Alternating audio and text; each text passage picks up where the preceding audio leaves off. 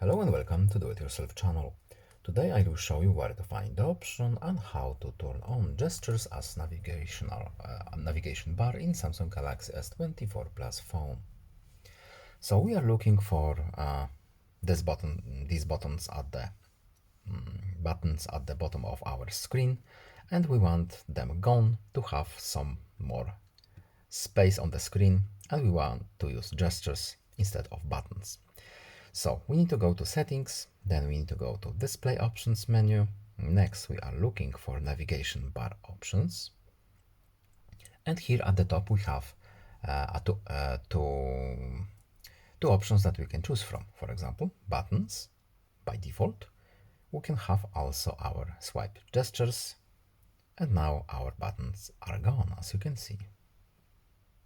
And that's pretty much it. I hope this video is helpful to you. Please leave a like and subscribe. Have a nice day and see you in the next video. Bye.